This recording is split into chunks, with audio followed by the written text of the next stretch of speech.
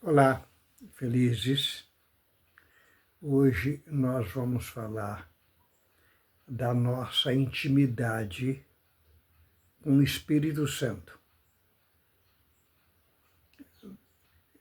Veja bem, quem tem intimidade com o Espírito de Deus, quem tem intimidade com o Espírito Santo, quem se comunica e vê movimentos do Espírito Santo, vê também movimento do outro lado, porque ambos são espíritos. Sendo assim, ambos sendo espírito, nós temos que ter consciência plena e muita responsabilidade que ambos podem falar na nossa boca. Porque Deus enviou o seu Espírito Santo na Terra para que a graça seja publicada, para que a graça seja divulgada, para que os evangelistas evangelizem, para que os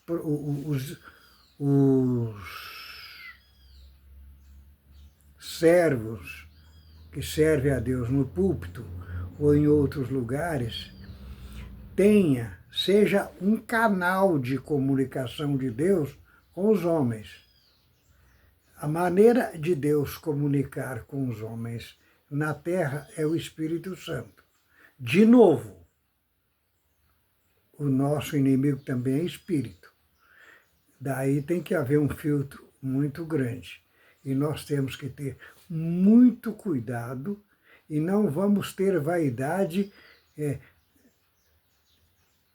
A pior coisa que tem é quando um crente se enche de razão, que ele está cheio de espírito ruim, o inimigo está usando ele quase que total, porque na concepção dele, o inimigo não fala na boca dele.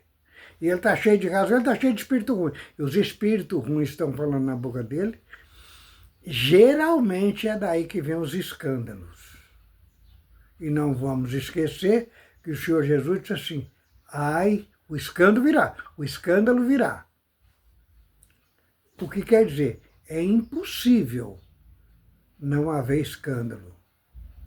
Porém, o Senhor Jesus já sentenciou por antecipação, mas ai daquele por quem o escândalo vier. Então nós temos que ter humildade, muita consciência de que do mesmo jeito que o Espírito Santo fala na nossa boca, o inimigo também pode falar. E raramente não fala na boca de alguém. Porque quando eu me encho de razão, já foi falar isso aqui, quando eu estou irado, quando eu tenho que dar uma resposta à altura, não é você que vai dar a resposta. É o inimigo que vai dar a resposta na sua boca. Nós vamos citar um exemplo que está lá em Gênesis,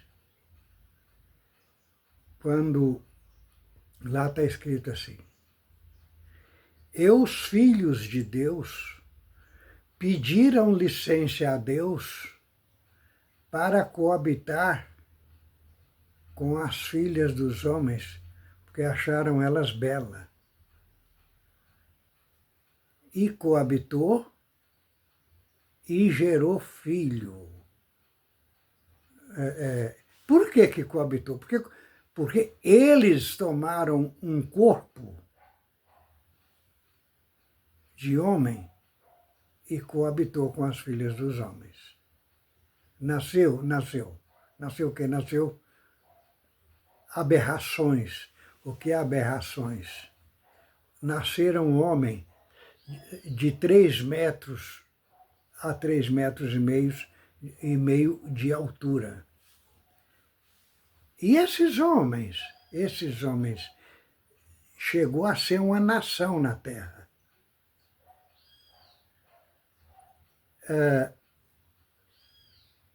E foi a primeira vez que houve a rebeldia de filho contra pai. Olha, O inimigo vai só se alojando. Houve a rebeldia de filho contra pai, porque como eles nasceram e eles, adultos, chegaram a mais de 3 metros de altura, então ele pegava os pais, que era do tamanho normal, e jogava contra a parede, batia nos pais. Está em Gênesis. Porém, abri um parênteses aqui. Se você leu e não achou, leia pelo Espírito Santo que você acha. Não tenta ler a Bíblia pela carne, não, porque a Bíblia, ela foi escrita pelo Espírito Santo e a única maneira de nós entendermos a Bíblia é pelo Espírito Santo. E se você lê pelo Espírito Santo, você lê várias vezes o mesmo versículo e Deus te responde de maneiras diferentes no mesmo versículo. Então nasceram os filhos gigantes. E a Bíblia fala gigantes. Eu não vou falar como a ciência explica isso e nem como chama, porque não é o assunto aqui, o assunto aqui é Bíblia. Então, nasceram esses homens e viveram e chegou a ser uma nação. E quem foram esses homens? Tem alguns deles na Bíblia que tem. O penúltimo deles foi o Golias, que Davi matou. Então,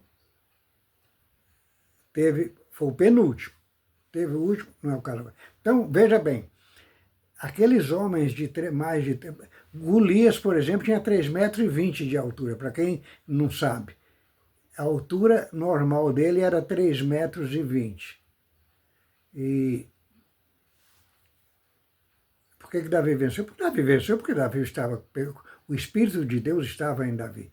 Então, e viveram na terra, e deram muito trabalho, e deram muito problema. Então, hoje, se falar assim, o diabo está falando na sua boca. O Senhor Jesus falou isso várias vezes.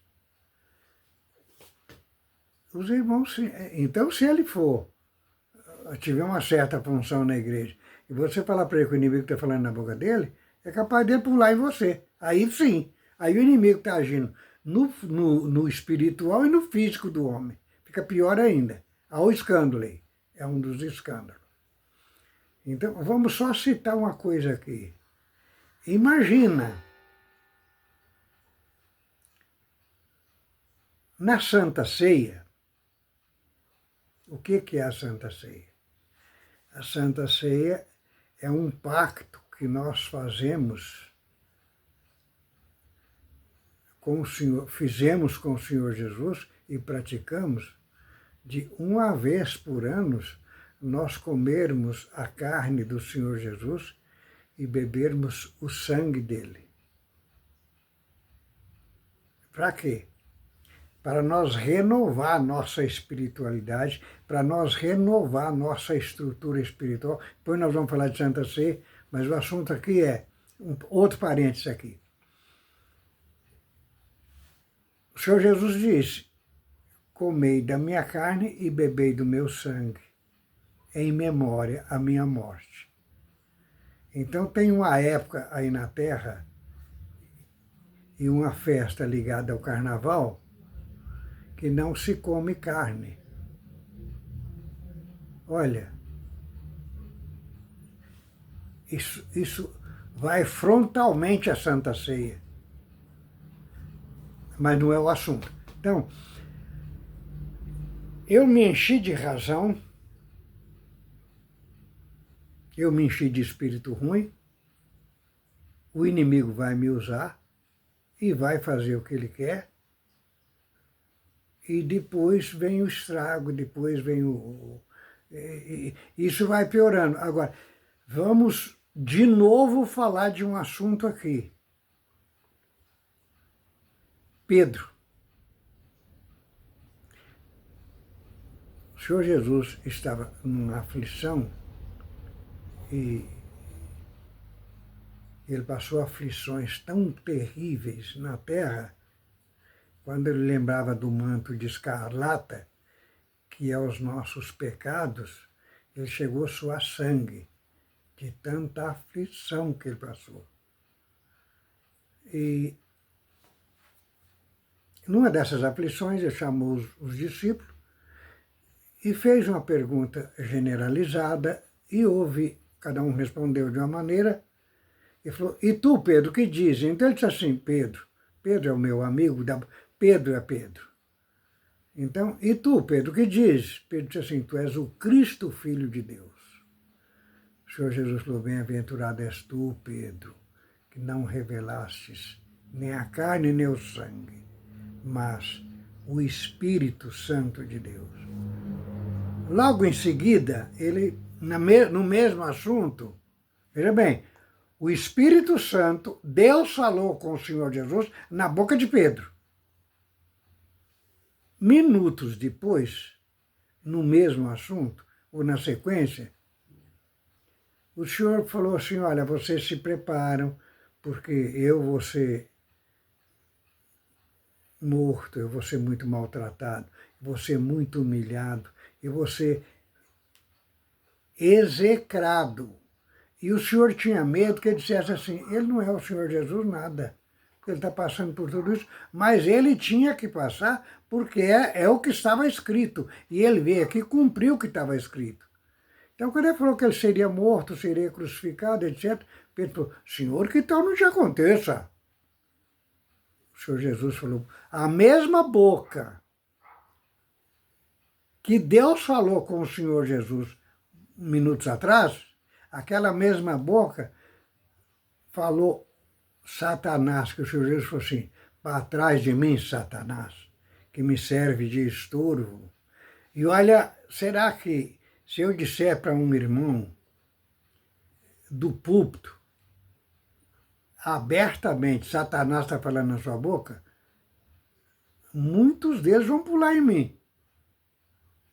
Será que ele é melhor que Pedro?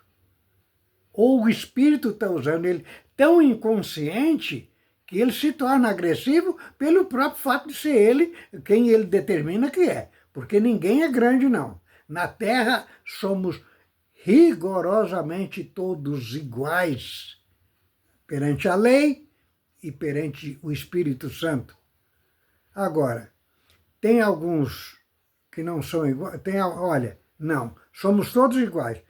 Tem alguns que as obras deles são pior do que as nossas. Então não vamos confundir as obras pior que as nossas. Então vamos amar o pecador e não o pecado que ele comete, para nós saber separar isso e saber administrar e termos consciência de que o Espírito Santo nos usa e se não vigiarmos, outro Espírito pode usar. Vamos tomar cuidado, curta, compartilhe.